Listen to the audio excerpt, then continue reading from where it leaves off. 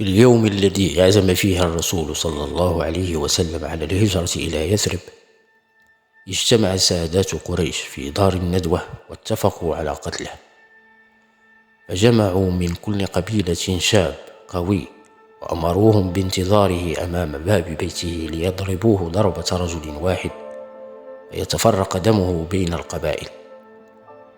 حسب اعتقاد كافة المسلمين، جاء الملك جبريل إلى النبي محمد صلى الله عليه وسلم وحذره من تآمر القريشيين لقتله، فطلب النبي محمد صلى الله عليه وسلم من علي بن طالب أن يبيت في فراشه بدلا منه ويتغطى ببرده الأخضر ليظن الناس أن النائم هو محمد صلى الله عليه وسلم، وبهذا غطي على هجرة النبي صلى الله عليه وسلم وأحبطت مؤامرة أهل قريش.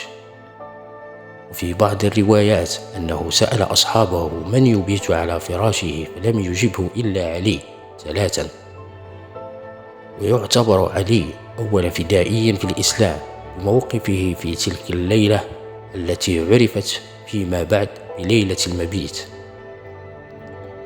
ويروي المفسرون الشيعة في تفسير الآية القرآنية: ومن الناس من يشري نفسه ابتغاء مرضات الله والله رؤوف بالعباد، أنها نزلت في علي حين نام في فراش الرسول صلى الله عليه وسلم.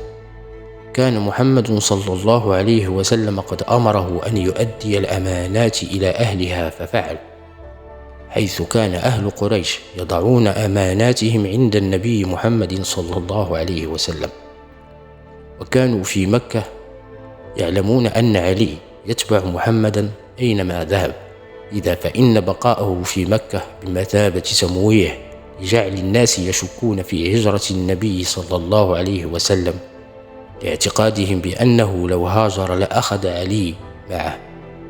بقي علي في مكة 3 أيام حتى وصلته رسالة النبي صلى الله عليه وسلم عبر رسوله أبي واقد الليثي يأمره فيها بالهجرة للمدينة.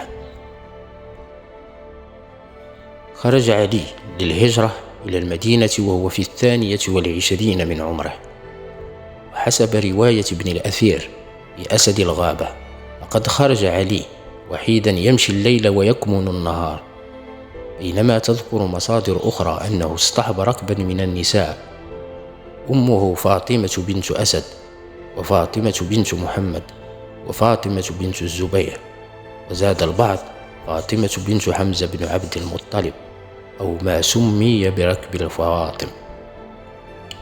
ولم تمض غير أيام قليلة حتى وصل علي إلى قباء، حيث انتظره الرسول صلى الله عليه وسلم بها ورفض الرحيل قبل أن يصل علي الذي كان قد أنهكه السفر وتورمت قدماه حتى نزف منهما الدم.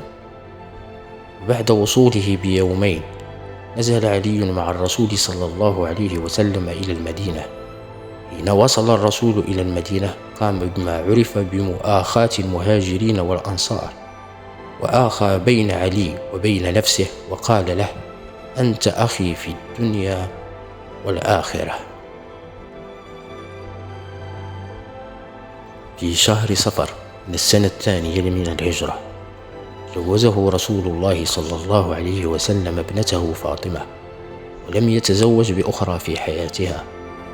وقد روي أن تزويج فاطمة من علي كان بأمر من الله، حيث توالى الصحابة على رسول الله صلى الله عليه وسلم لخطبتها، إلا أنه ردهم جميعا حتى أتى الأمر بتزويج فاطمة من علي، فأصدقها علي درعه الحطمية، ويقال أنه باع بعيرا له وأصدقها ثمنه الذي بلغ 480 درهما على أغلب الأقوال.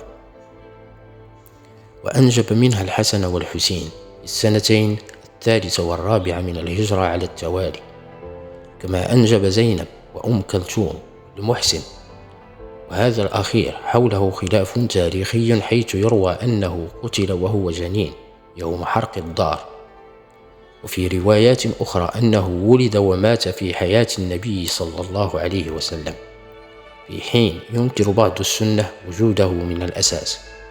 في أكثر من مناسبة صرح محمد صلى الله عليه وسلم أن علي وفاطمة الحسن والحسين هم أهل بيته، مثلما في حديث المباهلة وحديث الكساء. ويروى أنه كان يمر بدار علي لإيقاظهم لأداء صلاة الفجر ويتلو آية التطهير. كان علي موضع ثقة الرسول صلى الله عليه وسلم، فكان أحد كتاب الوحي الذين يدونون القرآن في حياة الرسول صلى الله عليه وسلم، وكان أحد سفرائه الذين يحملون الرسائل ويدعون القبائل للإسلام. واستشاره الرسول صلى الله عليه وسلم في الكثير من الأمور، مثلما استشاره فيما يعرف بحادثة الإفك. شهد بيعة الرضوان، وأمره النبي محمد صلى الله عليه وسلم حينها بتدوين وثيقة صلح الحديبية وأشهده عليه. يروى في الاستيعاب أن الرسول صلى الله عليه وسلم بعث خالد بن الوليد إلى اليمن ليدعوهم، فبقي هناك 6 أشهر فلم يجبه أحد، فبعث محمد صلى الله عليه وسلم بعلي إلى اليمن، فأسلمت علي يديه قبيلة همدان كلها، وتتابع بعدها أهل اليمن في الدخول إلى الإسلام. ولم تكن هذه المرة الأخيرة التي يذهب فيها علي إلى اليمن، حيث ولاه النبي محمد صلى الله عليه وسلم قضاء اليمن بما عرف عنه من عدل وحكمة في القضاء، ونصحه ودعا له، ثم أرسله إلى هناك في السنة 8 للهجرة، ومكث هناك لمدة عام. كما ساهم في فض النزاعات وتسوية الصراعات بين بعض القبائل. ورد في الكامل أنه عند فتح مكة أراد سعد بن عبادة دخول مكة مقاتلا عكس ما أمر به النبي صلى الله عليه وسلم، حيث أنه أراد دخول مكة بلا قتال. حين سمع النبي محمد صلى الله عليه وسلم ذلك أرسل علي خلف سعد فلحقه وأخذ الراية منه ودخل بها مكة. بعدها أمره النبي صلى الله عليه وسلم بكسر الأصنام التي كانت حول الكعبة. شهد علي جميع المعارك مع رسول صلى الله عليه وسلم إلا غزوة تبوك التي خلفه فيها على المدينة وعلى عياله، وقال له: أنت مني بمنزلة هارون من موسى، إلا أنه لا نبي بعدي.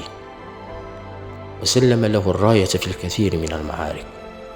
عرف علي بن أبي طالب ببراعته وقوته في القتال، وقد تجلى هذا في غزوات الرسول صلى الله عليه وسلم.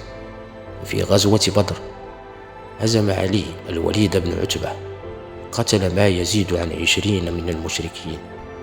في غزوة أحد قتل طلحة بن عبد العزى حامل لواء قريش في المعركة، وأرسله محمد صلى الله عليه وسلم إلى فدك، فأخذها في السنة 6 للهجرة. وفي غزوة الأحزاب قتل عمرو بن ود العامري أحد فرسان العرب.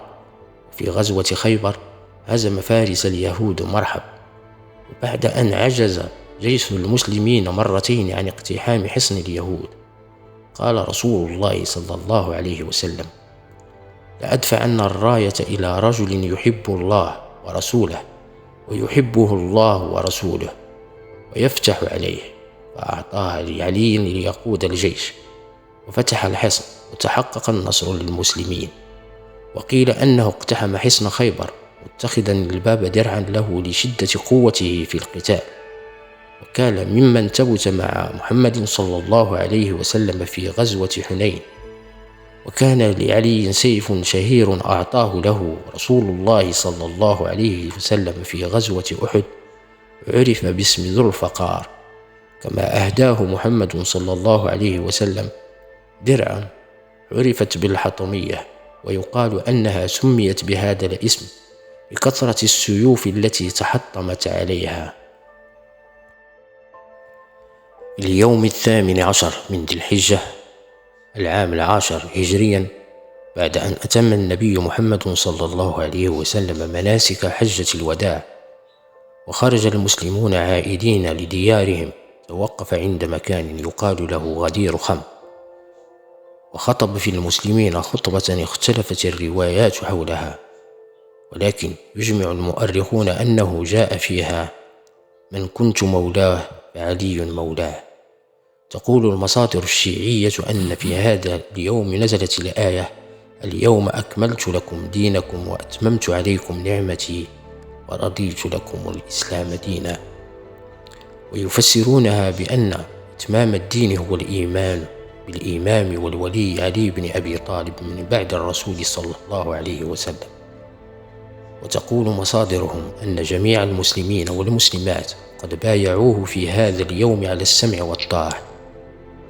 من وجهة النظر السنية، وصية النبي محمد صلى الله عليه وسلم في علي لا تدل على استخلافه من بعده، وإنما تدل على مكانته، كما ينكر السنة حدوث المبايعة أو نزول الآية في هذا اليوم.